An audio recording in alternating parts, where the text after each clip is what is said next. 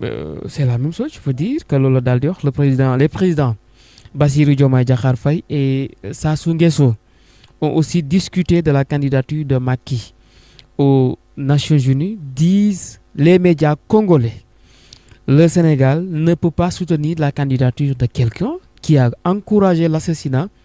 de près de 100 Sénégalais et l'emprisonnement de milliers de détenus politiques. Voilà, pour yam fofu. Alors keneen ki nga xam ne mujjee réagir moom mooy Waly Diouf Bodiang qui dit laisser Macky Sall se présenter au poste de secrétaire général de l'ONU, il va se ridiculiser car aucun dirigeant ayant son parcours n'a atterri dans cette organisation. Les types comme lui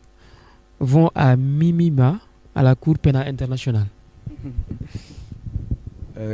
Bon, merci pour toutes les réactions. Je vais donner ma propre réaction. Je vais donner la mienne. Alors, xam nga dama ko fi mos a wax gis nga soo defee li la war am li la war soo deful li la war nag ne yàpp ne yasar waaw Macky daa waroon def lu ko war li ko waroon da koo wàcc li ko waroon mooy mu ñoŋal démocratie Sénégal li ko waroon mooy mu dooleel suñu ay institution li ko waroon mooy mu am yërmande ci sénégalais li ko waroon mooy mu teg yoon li ko waroon mooy mu bañ a aj suñu ay élection li ko waroon mooy mu bañ wujj bay tëj ay opposants ne kenn du nekk candidat li ko waroon mooy su yoree réew mi alalu réew mi kenn du ko saax-saaxee li ko waroon mooy 1960 ba 2024 jamais de mémoire ñu am autant de Sénégalais assassinés parce que nag parfois Albourakh je sais pas même qu'est-ce qui fait courir Macky en fait Macky chef de quartier rek la laalul ban mérite la Macky am Abdoulaye Wade a fait 26 ans d'opposition grand 26 ans Abdoulaye Wade 26 ans d'opposition Ousmane Sonko daa nekk président li mu daj kat moo ko fi daj Macky musul am sax garde à vue xam nga garde à vue kaay yendu garde am ko Idi ñam na Macky nice fine DG Petrosen ministre de l'énergie jóge fa ñu def le ministre des collectivités territoriales jóge fa ministre de l'intérieur premier ministre président assemblée nationale président nekkat président Macky waroon na am woywu rafet mais nan la ko jeexalee et loolu yàggul démb la man dama doon toog plateau ma ne leen Macky bu duggul ci ay affaire troisième mandat duggul ci ay mbiru injustice boobu eggaguñu woon ci affaire yi de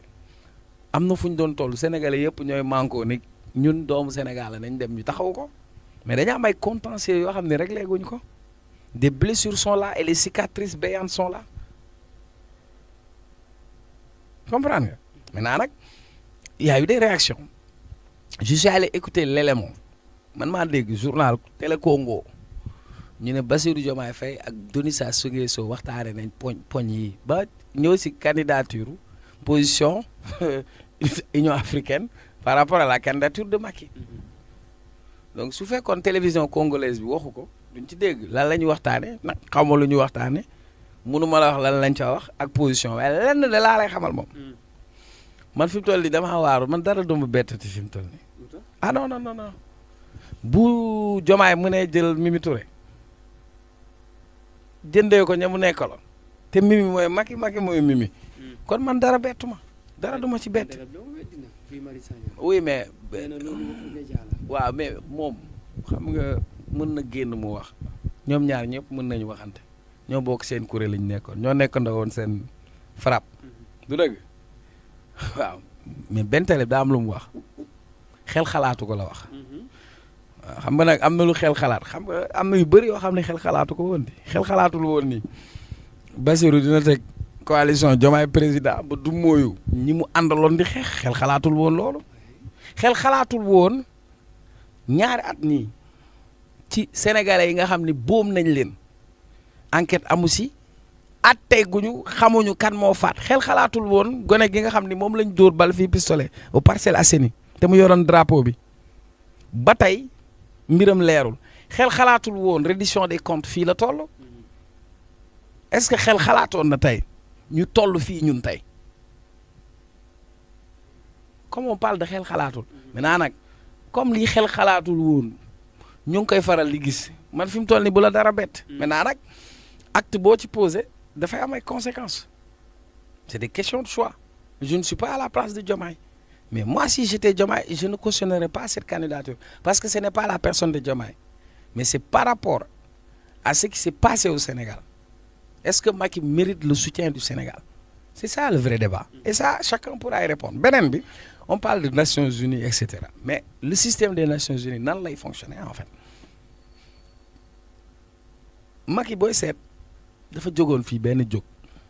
def benn ngandi campagne de communication pour refaire son image Ousmane Sonko moo freiné woon dynamique boobu sorti meeting am bi le 8 mais avant le 8 c'est Macky moo xewoon ah bind livre def ay cérémonie de dédicace parfois mu dem côté Nations Unies ni war ko xaw a doxantu foofu comprendre nga nekk si yooyu fay xaalis pour def sa communication commencer jaay boppam pour defaraat son image il était devenu au devant de la scène même ci interview bi yaa ngi dégg Macky li mu doon wax lan la wax il a parlé de sa candidature aux Nations Unies il dit il compte sur ses relations au niveau international sur ses soutiens en Afrique après bu doog a wax Sénégal ce que les gens ne comprennent pas même bu ko Sénégal soutenir il peut être candidat texte yi loolu la ñu wax il faut que juste un état membre porte sa candidature. mais du la bett président Bassirou soutenir ko. non fi mu toll nii moom man dara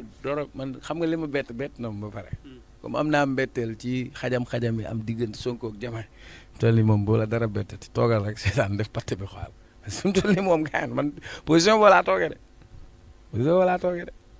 te bul fàtte ni Macky daa am réseau de réseau baa ngi fi de. ñoom syndicat des chefs d'État africains dañu amoon seen réseau waaw mu ngi noonu ma delloo kontaan nga. kontaan naa bu baax waaye sëñ Abdou li mu wax ci Ousmane Sonko si Serigne Touba revenez voir ce que fait Sonko il constaterait plutôt qu'ils ont la même démarche la droiture. waaw wax moom dégg-dégg la laaj rek maa ngi nuyu sëñ Abdou. moom ndeysaan nag bi ma koy xam yaakaar naa ci njëlbeen bi ci Sonko nekk ci jafe-jafe dëgg mu njëkk a bokk ci kilifa yi nga xam ni doon nañ taxaw ci wetam gëj naa koo dégg nag gëj naa koo gis ca boobu nag du dëgg yaakaar naa wax ni ñi ko bëgg a dégg dinañ ko dégg xam nga man damaa bëgg Serigne Touba xam nga lo te pour man kenn ëppale wu ma ci xamal sama bëgg Serigne Touba xam nga ko billaahi lazi c'est-à-dire bu bindul woon xasida tabaxul jumaa man bëgg naa xamal tax ma bëgg ko ba mu nekkee bañkat bi dëggantaan xamal tax ma bëgg Serigne Touba fierté boobu mu am capacité de résistance et de patience et de résilience ça c'est Cheikh Ahmadou Bamba c'est un exemple parfait grand 33 ans de privation de liberté gisoo mbokk gisoo doom gisoo kenn